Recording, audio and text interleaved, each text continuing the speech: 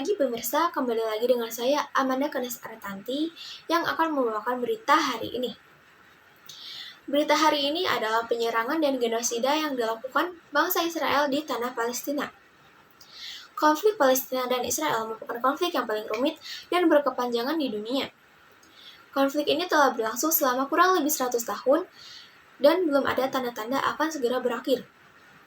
Konflik ini berawal ketika Inggris mengeluarkan perjanjian yang dikenal sebagai Deklarasi Balfour pada tanggal 2 November 1917. Inggris menjanjikan pendirian rumah nasional bagi orang-orang Yahudi di Palestina.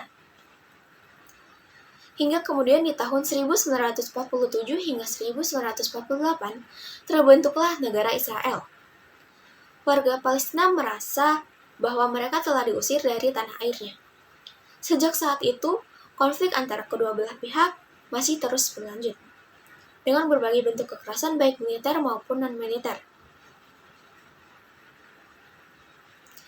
Pakar PBB mengatakan bahwa sulit untuk mencegah genosida dan ancaman kemanusiaan di Gaza.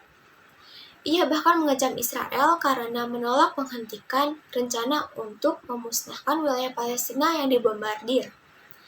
Serangan kembali terjadi pada 7 Oktober lalu, karena kelompok Hamas melancarkan serangan hingga mampu menembus pertahanan Israel. Aksi kelompok Hamas ini disebabkan karena kekerasan yang dilakukan oleh tentara Israel untuk menindas warga Palestina. Hamas sendiri merupakan militan Palestina. Kelompok ini telah berperang beberapa kali dengan Israel sejak mereka mengambil alih kekuasaan di jalur Gaza pada tahun 2007. Tentara Israel pun membombardir beberapa rumah sakit di Gaza, di antaranya Rumah Sakit Baptis Al-Ahli di jalur Gaza, Rumah Sakit Al-Quds, Rumah Sakit Al-Shifa, dan Rumah Sakit Indonesia. Kementerian Kesehatan di Gaza mengatakan terdapat lebih dari 500 orang tewas akibat serangan ini. Dan setelah itu sekitar kurang lebih 3.000 orang tewas sejak perang kembali terjadi pada 7 Oktober lalu. Sejumlah pengamat mengatakan adanya potensi genosida yang dilakukan Israel terhadap warga Palestina, khususnya di jalur Gaza. Genosida sendiri memiliki arti pembunuhan besar-besaran secara bertahap terhadap suatu bangsa atau ras.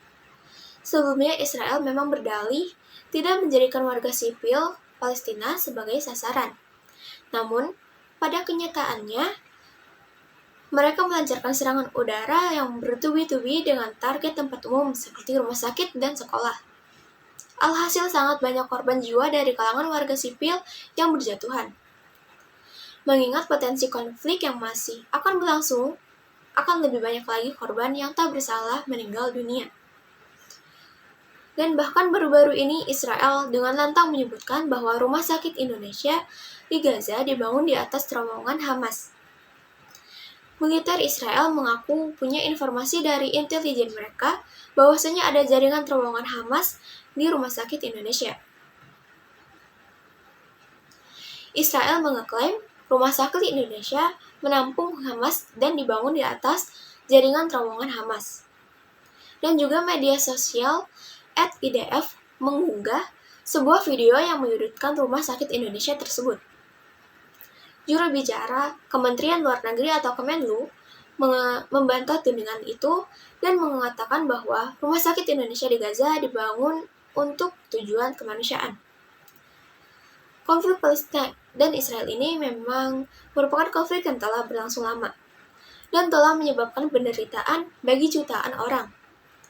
Solusi untuk konflik Palestina dan Israel ini memang tidak mudah dan membutuhkan komitmen antara kedua belah pihak. Beberapa solusi yang telah disolusikan antara lain adalah yang pertama, membentukkan negara Palestina. Solusi ini merupakan solusi yang paling banyak didukung, di mana Palestina akan menjadi negara yang merdeka di samping Israel. Yang kedua, pembentukan negara federal. Solusi ini menggabungkan kedua belah pihak dalam satu negara federal dengan pembagian kekuasaan yang adil. Sekian dari saya, maaf apabila ada kata yang salah. Terima kasih dan sampai jumpa.